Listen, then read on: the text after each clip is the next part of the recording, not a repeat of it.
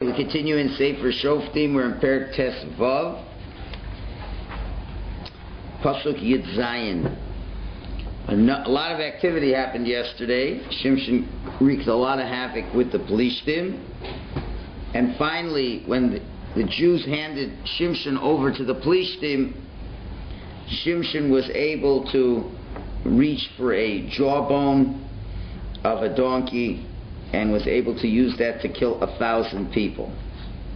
And then Shimshon says, with the jawbone of the donkey, I've able to heap piles of these donkey plishtim, as it were. I hit 1,000 of them. And therefore, when he finished speaking, he cast away the jawbone. Well, I think maybe we're on Yud Zayin rather. Yud Zayin, I believe. So if you recall, we ended off in saying that really Shimshon had to understand that what he needed to do was to daven to Hashem, and that was something he had not been doing, and that was the symbolism of the jawbone. It's with the mouth and all that we explained yesterday. So now what happens? Yud Zayin vayihi kechalasol ledaber, and it was when he finished speaking, vayashlech alecha miyadu, he cast away the jawbone from his hand. Vayikra lamokom ahu Ramas Lechi, and he called this place Ramas Lechi, the hill of Lechi. So he's calling it after the jawbone, the Lechi. Now, the idea of vayashlech is like to cast away. So it's like symbolic of the fact that he's casting away the spiritual lesson that he had. Hashem gave him a lesson over there with the jawbone, and he kind of just cast it away and didn't like really pick up on the main part of the lesson that he's supposed to be davening to Hashem. What? What does it mean to cast away? He shlich. Vayashlech, like it says, vayashlech b'mtsulot hayam, to cast it into the depths of the sea. To lizrok. It's very deep stroke. To cast away.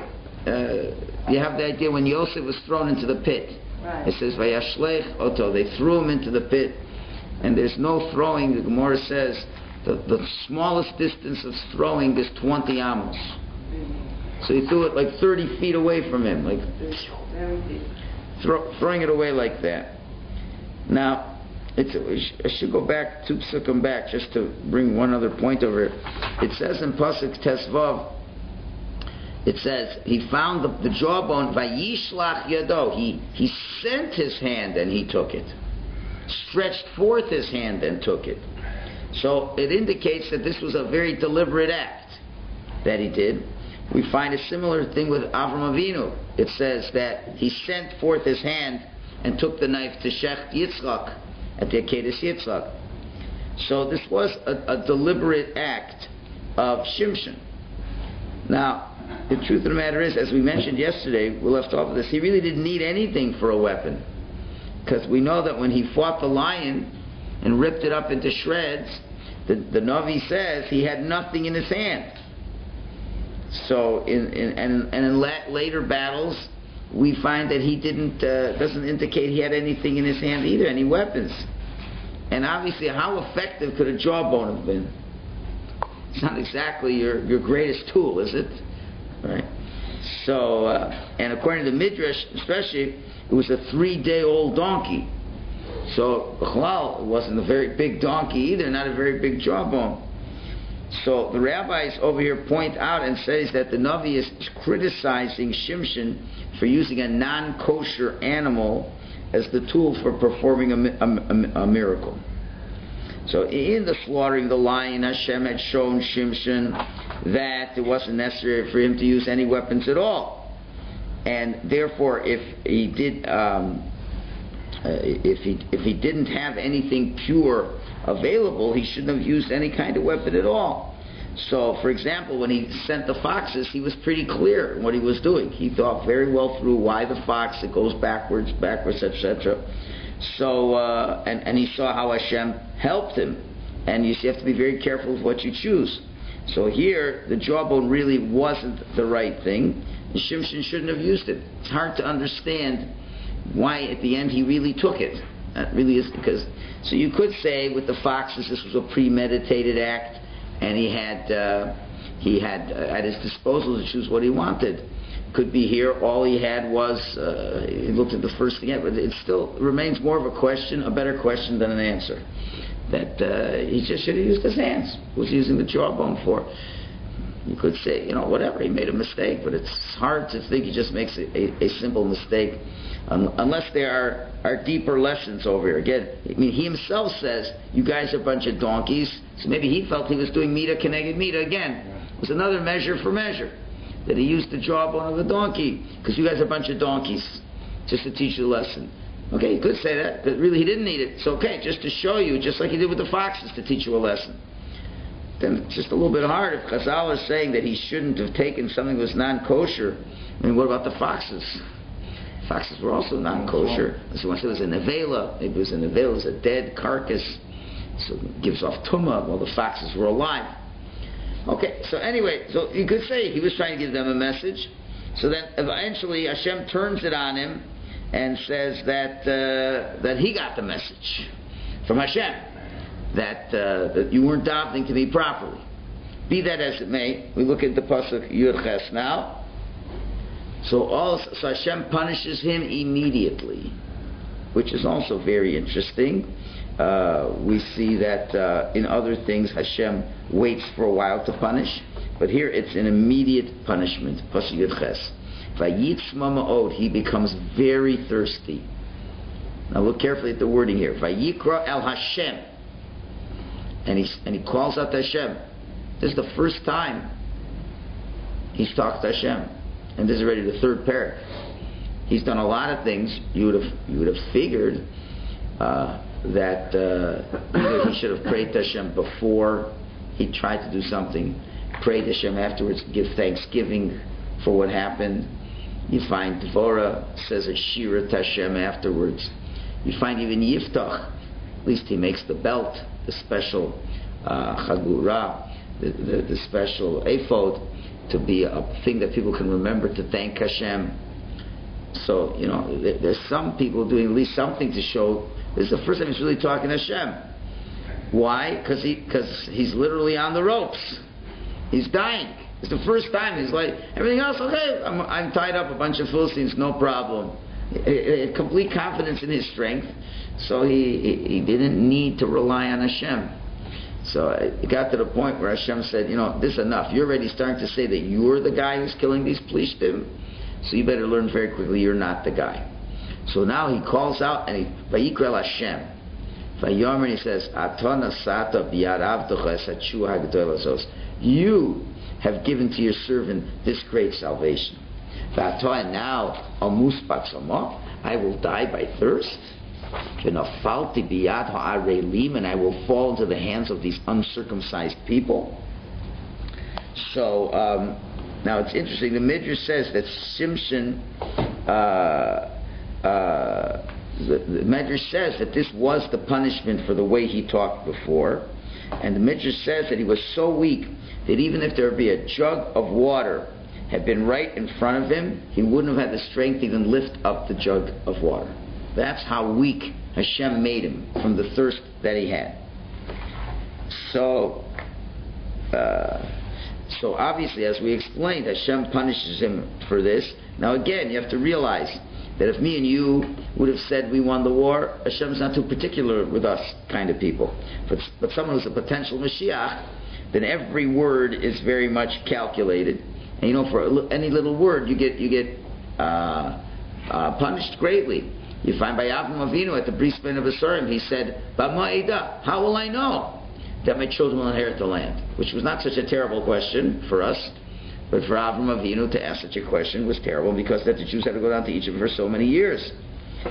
So obviously Hashem is very exacting with this. So even though he knew he was nothing more than the tool of Hashem, but he interjected a little bit of ego on this. So therefore, that already is Hashem saying, listen, even that little bit is too much, and I got to deal with this right away. And that's what Rabbeinu Bechaya talks about a lot in the whole Sefer of Chovos HaLevavos, that the most important thing is not what you do as much as what's in your heart and what's going on in terms of your spiritual connection to Hashem. So by him failing to praise Hashem, Shimshon was neglecting the most important responsibility a person has in life. And therefore, because of this, Hashem lets him have it right away. Okay? So the fact that he said in the beginning of Perek Yud Daled, when he married the first wife, and he said, she's right in my eyes. So Hashem says, you sinned with your eyes, you'll be punished with your eyes. But that punishment takes 20 years until it finally happens. Whereas over here, right away, he's given a life-threatening thirst over here. So why? Because it was really a much worse sin. Not giving Hashem credit for what you're doing. The fact that it is a very, very bad thing. The fact that he made a mistake with his eyes, that was a mistake in judgment. Mistake in judgment also has to be dealt with. There's no question about it. You trust yourself more than having to ask somebody else, and you figure your eyes see the situation correctly, which really wasn't seen correctly. And then you make a mistake and think that you can be lustful with her, and you think it's part of the divine plan. Okay, that's more of a mistake in judgment. Mistake in judgment, Hashem says, I'll give you 20 years to try to do tshuva on that. But this is not a mistake in judgment. This is, you're taking credit for things you shouldn't be taking credit for. So therefore, that distances from me immediately. If you don't have a karas hatov and all these things, that's a direct assault on the relationship. So therefore, that Hashem, he zaps right away. And therefore, he gets the message right away also. As soon as Hashem, because he can't go on that way. He can't give you time to do tshuva on this. You've got to correct this mistake immediately. Therefore, he himself recognizes this. And he says that you gave to your servant this great salvation.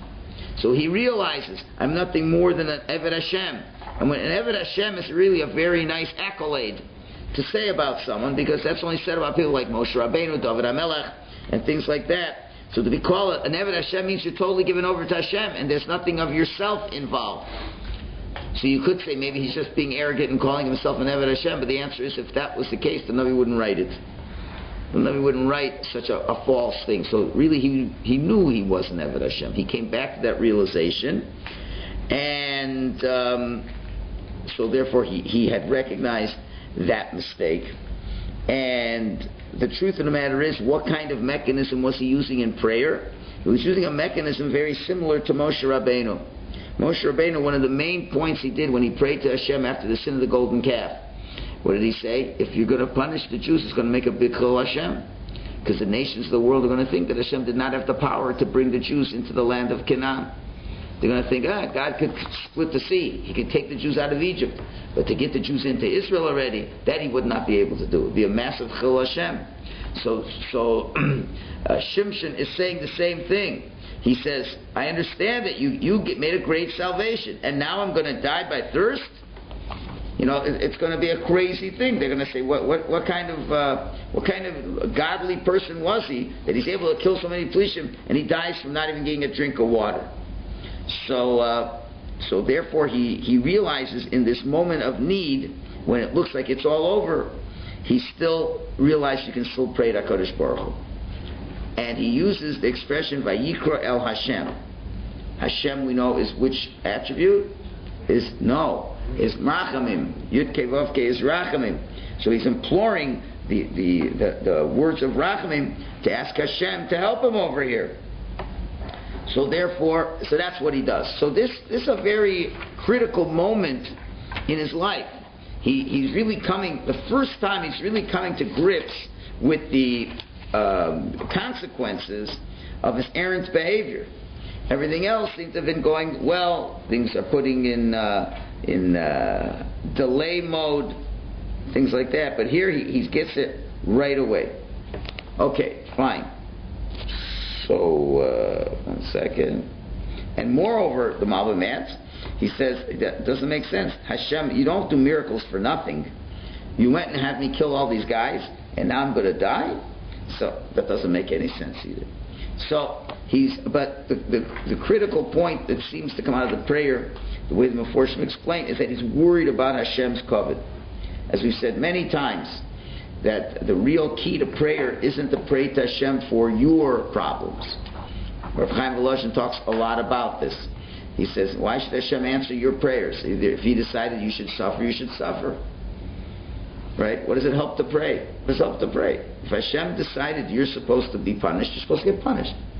The doctor gives you a prescription, gives you a prescription. You can't say, okay, I'm really sorry I did all these, I abused my body, but don't give me this terrible medicine. The doctor says, the only way I can cure you. So Hashem gives you suffering, it's the only way He can cure you. So Rabbi Chaim Volozhin explains, he says that the truth of the matter is, you're right, it shouldn't help. But certain things do help. If Hashem is causing you to suffer, that suffering is supposed to be a corrective measure. So either you could focus on your own suffering, or you could focus on HaKadosh Baruch Hu's suffering. And Hashem is suffering very much the fact that He has to give you this punishment. So if you focus on Hashem's pain, and you feel the pain of Hashem, and you're in pain over Hashem's pain, then there's no longer the need to cause you to have any pain. And that's what he's saying. He says, what kind of chil Hashem is going to be? What kind of pain you're now watching me suffer? And B, if I die, it's going to cause a big chil Hashem for you. So Hashem, for that sake, please let me go. So really, Shimshon comes to beautiful levels of prayer that he had just momentarily before been so away from that. That's why Hashem has to give you good zetzes from time to time. Everything else, Shimshon just doesn't realize anything. So Hashem says, this already I can't let go by.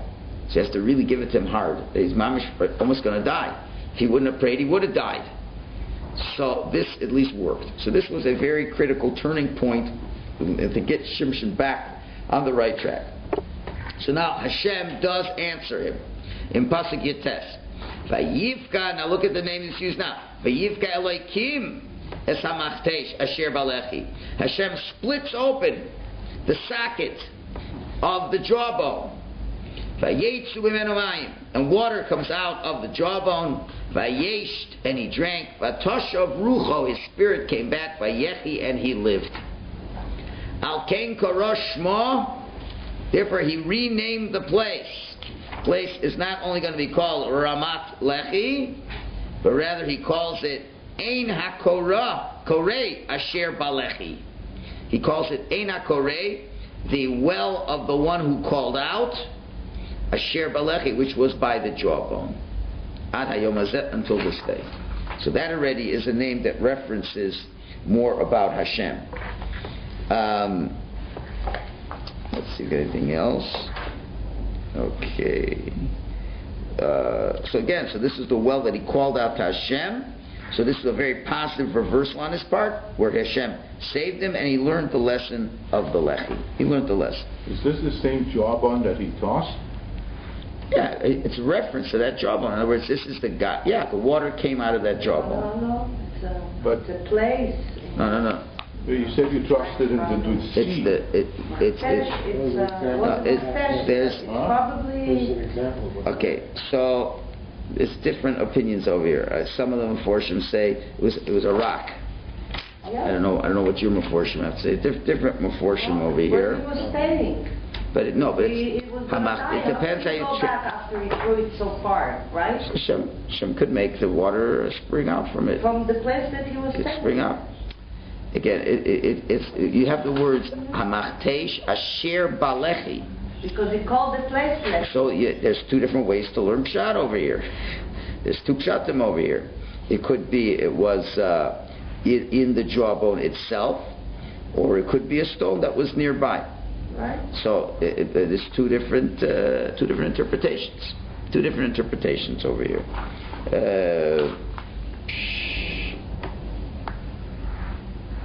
And then he called. Yeah, no, there's different interpretations over there. So some say it came from a rock, some say it came from the jawbone. So, but in the name that he gave, he's referring to the water that came out. He's also referring to the lechi. He is referring to the jawbone as well.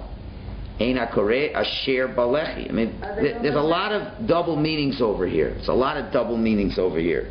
So you can interpret as you wish. You can interpret as you wish. But certainly, by giving the name, he wants to make a memory of how he called out to Hashem and how Hashem remembered him with a miracle. And we know when a miracle happens, a person is obliged to make a bracha when you get to that place. So certainly he'd have to name the place to know when he gets to that place, he's in that place where the miracle happened. So he called it originally the name of Lechi, to remember the nace of the Lechi, the jawbone. And when another miracle happened, he added on to the well, as it were, to make a bracha, to recognize both miracles that happened. There's two miracles, he wants to recognize both miracles that happened.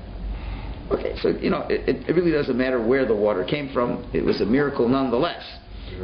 And it could have come directly out of the jawbone, it could have come from Machtesh, can have many meanings. The whole idea is it's like a let's say a hole in the rock. It's a socket in the rock, as it were, or it's a socket in the bone. Either way. Okay. Very interesting. The translation here says, "And God cleaved the socket which was in the jawbone, and water came out of it."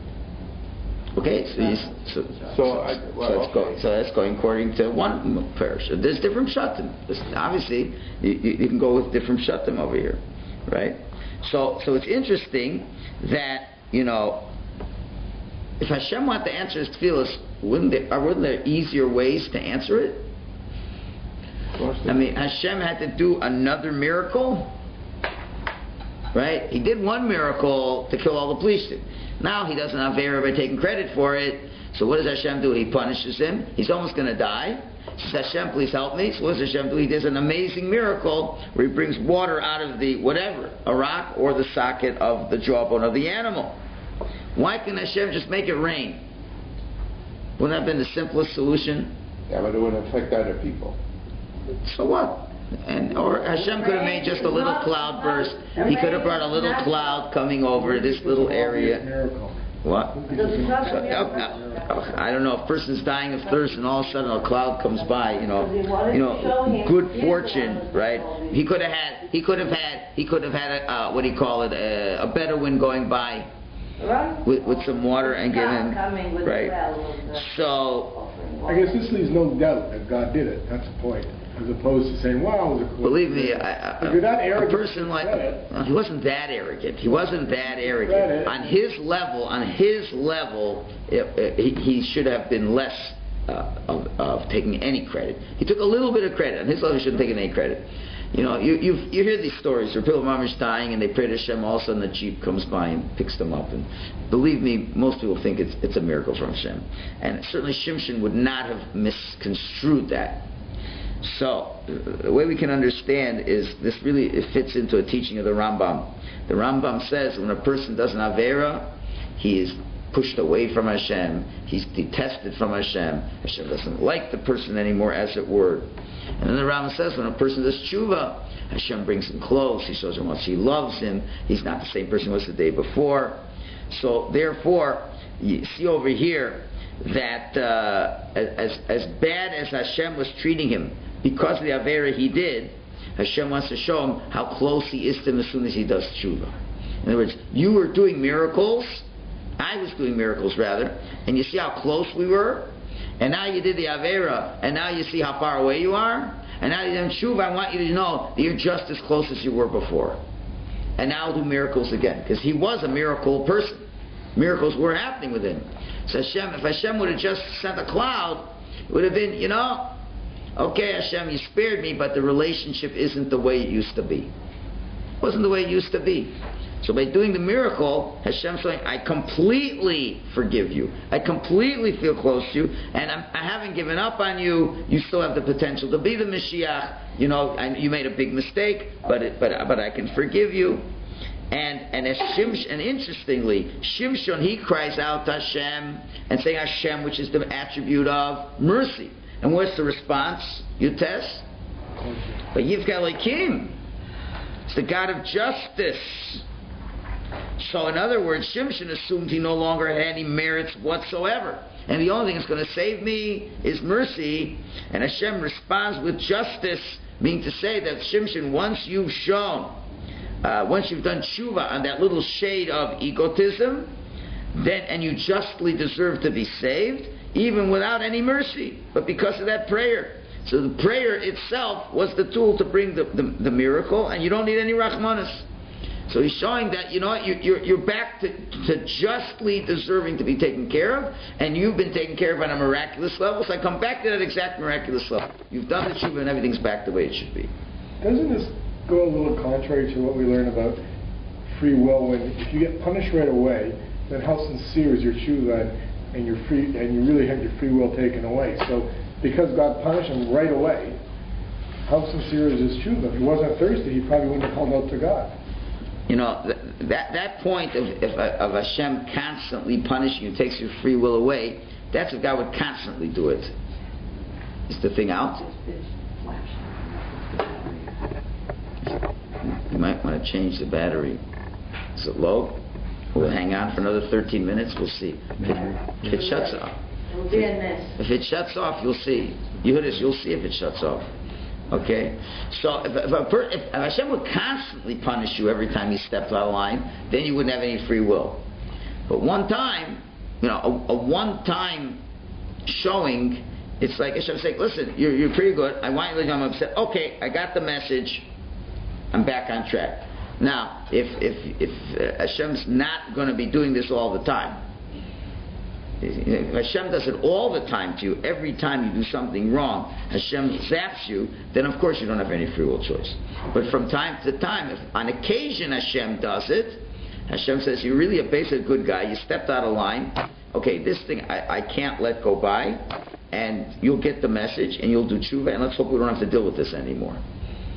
Okay, then how sincere is the other side, how sincere is the tshuva? Well, if the mistake was pointed out and you realize this was an avera, so you're doing the tshuva. He's doing the tshuva. He realized, you know, person, sometimes you can get punished, you don't even realize Hashem's doing it to you. If it happens just once, you could have a good yeshiva say, I don't know, what bad luck I had. You know, so that can happen too. You still. So the fact that he called out to God. What? The fact that he called out to God means that he recognized. He recognized he made a mistake. Again, if Hashem would do it every time he makes a mistake, then there's no free will choice. But he recognized, even though he showed some arrogance, he was humble enough to realize, okay, I got the message, Hashem. You told me what's going on, and okay, I'm going to correct it. So from time to time, that's okay. If you're making too many mistakes, Hashem just can't keep doing that all the time. One more point. The word lechi that we use here for job mode, is that the same as lechi from the Eruv? It's the same word as an Eruv. So interesting point. What's the lechi that you put on the side of the mavui of what do you call it? What's the English word for mavui? Walkway? An alleyway, whatever, where that's enclosed on three sides. How's that? Trying to think. Job mode I don't know. I'd have to think about it. It's an interesting. What's the connection of a jawbone and an alleyway? And the lechi is supposed to make it like it's enclosed. It makes it enclosed. Does it spell the same way? The same word? Lechi, lamed ches yud. Lamed ches yud. So I don't know. It's a good point. Something to think about over Shabbos. All right. It's a good point. It's a good point. Yeah. I'm trying to understand here. Here's Hashem helping him kill 1,000 Philistines with a jawbone, which he wasn't supposed to do. But well, wait, who said he wasn't supposed to do? Wasn't supposed to kill because them? He used that jawbone. Oh, the jawbone. No good. The jawbone. Jawbone. Okay. Well, he didn't. That was strafe. It was no good. Okay, fine. He wasn't supposed to touch dead cadavers or whatever. Right. So here's Hashem helping him in this endeavor, and then he gets punished for having done it. He gets punished for having taken credit, saying, I killed them. But why couldn't Hashem stop him right away and forget? Because he had to kill the police chief. If he doesn't kill the police chief, he's going to get killed. On the other hand, he did it before. Okay, it was a mistake as well, but Hashem didn't want him to die. He wanted him to continue his endeavor. The police chief are surrounding him. He has to kill them. If he doesn't kill them, he'll get killed. So Hashem helps him. 2 consecutive miracles. So it's not that you just have one. Well, the miracle he killed 1,000 people. Right. That came from the strength that he had, and the miracle of the water. So that's 2 consecutive. It's not just occasional. I'm not. Because you said this kind of miracle Hashem wouldn't do every day. Hashem punishes you every minute. and then saves you every minute, then it wouldn't prove anything. But if on occasion Shelley's question was, if Hashem immediately punishes you, you don't have free will choice. So that if it happens on occasion, you still have your free will choice. That's point A. Point B is, you're right, there was one miracle Hashem did for him, and now since he did good tshuva, Hashem maintains the level of miraculous connection to Shimshon. That's what you're showing here. Okay, Pasuk Chav. Vayishpoid es Yisrael b'mei Plishtim esrim shana. He now, it's the first time he's called the Shofet. He now is the judge over the Jewish people in the times of the Plishtim for 20 years. So obviously the fact that he is reconnected back to Hashem and he corrects the mistake, so this enables him to become a Shofet. Why does it say that Bimei HaPlishtim? So the Radak and the Ralbag and others, I believe in the Malbim, says that, why is it Bimei HaPlishtim? Because the Plishtim were still rulers over the Jews. It wasn't that and the other times it said you didn't hear from the Midianites anymore, you didn't hear from the Canaanites anymore, but the Plishtim may have been temporarily subdued, but it would still Bimei HaPlishtim. They still were what to contend with, as he says specifically, that the Plishtim were still rulers over them, but he saved them, a tshuasma, a little bit of a salvation, a little bit of a respite he gave them, but the Plishtim were still very strong, very powerful, definitely to be reckoned with, put on hold for a little bit, but certainly no less dangerous people have to be dealt with. So now what was more important is, with all these miracles going on, the Jews began to recognize what's the Jewish people's feelings about Shimshon. Well, he first marries a non-Jewish woman, didn't look good, so I guess he went off the derech, this and that. But in one short period of time, people begin to see what's going on, and they realize, hey, the Plishtim, all their crops got burnt. He went and killed so many Plishtim. He killed 1,000 Plishtim, this and that. They began to realize that he wasn't tzaddik. They began to realize that. And therefore they appointed him as a judge. Right? And they began to realize everything he did was l'shem shamayim. So he was vindicated. He was now understood to be a leader of the Jewish people. And again, his family must have been an important family. Manoach and his wife, notwithstanding everything, even though Manoach was an Amoritz, they must have some importance over here. Because the fact that Boaz got punished for not inviting Manoach to his wedding feasts, I mean, if it was just a nobody, then why does Boaz get punished for not inviting Manoach? It must have been of some kind of stature. So can you imagine, when he married out, it was a big talk. It wasn't just Tom in any family where there was a marrying out.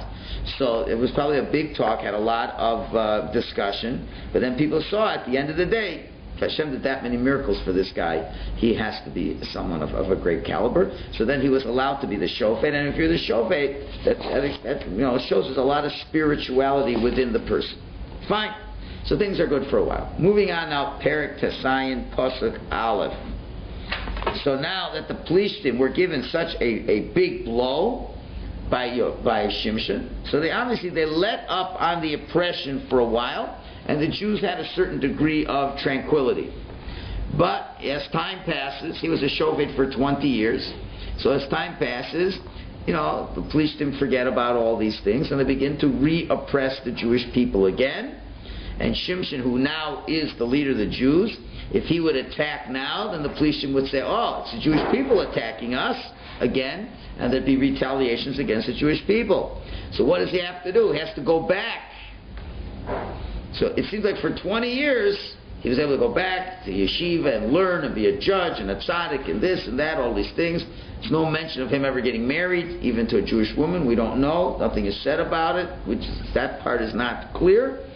But he now is going to have to come back and put the disguise back on. Right? He has to put the disguise back on. Right? And as well, he's going to have to show a sign of his strength still being around, the strong, crazy Meshuggah guy who goes off the derech again. So that's what he has to do, because he sees the Plishtim, because remember, it's still Bimei Plishtim. Plishtim are still making trouble. And I guess it got worse and worse and worse. And he's figuring, what am I going to do? What am I going to do? It gets to the point where I have to stop them, but I'm the shofet, and I got to worry about retaliation. So now I'm going to have to go back and sink into the mud, as it were, to make it look like I've left the Jews again, and I'm still a crazy Meshuggah to deal with, and you better be careful what you do. Was there a question? I don't understand, why does he always have to do his attacks and begin his wars in these... Well, that's what we explained in one of the first classes, where Yaakov Avinu, and the blessing he gave him, he said he's a snake. And a snake is a snake on the road, a viper on the path. The snake and the viper attacks from a camouflaged area. Does guerrilla warfare. It's not like he's doing guerrilla warfare. He is. He's doing He is acting on his own. What's the whole idea of terrorist attacks? You're on your own. You're on your own. You know, you can't trace it back. What's the hardest problem of dealing with the Palestinians here? Well, you got the PA saying, we love and peace. This is Meshuggahs who are doing these things. We're trying to control them. We can't control them. What do you want from us? We want peace like everybody else. The fact that Iraq is funding them and all these other places are giving them money, well, what can we do about it? We're peace-loving people. Why aren't you throwing them out and killing them yourselves? Oh, we're too weak. We can't do that. So it's the same thing. Okay. So Shimshon, the guy's on his own. Go to the Jews. What do you want? He's a crazy guy. He's a crazy guy. He married out. He's a crazy guy. That was the only way to do it, and that's how Mashiach is going to have to come in a similar way. Comes in a similar way. That we already go back to the first or second class. We got a long schmooze on that. Pasuk Aleph. So now what does he do to show that he's, off the wall again? Vayelech Shimshon Azosa. He now goes to Aza, another one of the 5 main Plishti cities, Gaza, right? Vayar Shom Isha Zoina. He sees an Isha Zoina, and this would remind us of the first Isha Zona in the Navi, which was Rachav. If you recall, when Pinchas and Kalev go to spy out Eretz Yisrael, Yericho, they went to the house of a woman who's a Zona. Targum says a Zona is an innkeeper, but certainly the female innkeepers would resort to all kinds of terrible behavior to make sure that their clients were happy. So obviously she was a prostitute as well. So he sees Vayar Shom Isha Zona Vayavo Ela, and he came to her, and the simple meaning of Vayavo Ela would mean, and he was intimate with her. Again, so he has to go back to doing these low types of activities to begin to feel, again, what kind of leader is going to do this? At this time he wasn't married to anybody. Doesn't appear he was married. Doesn't mention he was married to anybody. So so the Malbim explains he wasn't afraid to go in such a big fortified cities and to be in a Zona's place. He had no fear, and more than that he didn't have any fear. Look at Pasuk Beis. La'azazim le'mor. He speaks to the people of Asa. So the Malbim explains not that he didn't say, hi, I'm Shimshon and I'm here and I'm not afraid of you guys. Not everybody remembers 20 years. Not everybody saw Shimshon. They don't know what he looked like, right? After 20 years, things change. People forget. So he starts spreading the word. He goes, psst, I heard Shimshon's back. He spreads the word. You just have to say to a few people, man. So the whole place is buzzing, knowing that Shimshon is there. He's not even hiding his presence. He's hiding where he is, but he's letting them know that he's there. Lemor boss Shimshon Hena. Shimshon's here. Vayasobu. So now they surround. Vayervulu kolai. They make an ambush all at night. Bisharir by the gates of the city.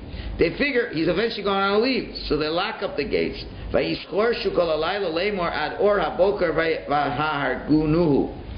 So they wait. They're quiet, and they make it like they don't know what's going on, but they're really lying in ambush, and they're saying, listen, he's probably going to come. If he's coming for not nice activities, a guy like that usually waits till the morning and then leaves in the morning. So we'll be ready. The gates will be closed. We're going to have people watching at the gates. When he comes to the gates, we will catch him. Okay.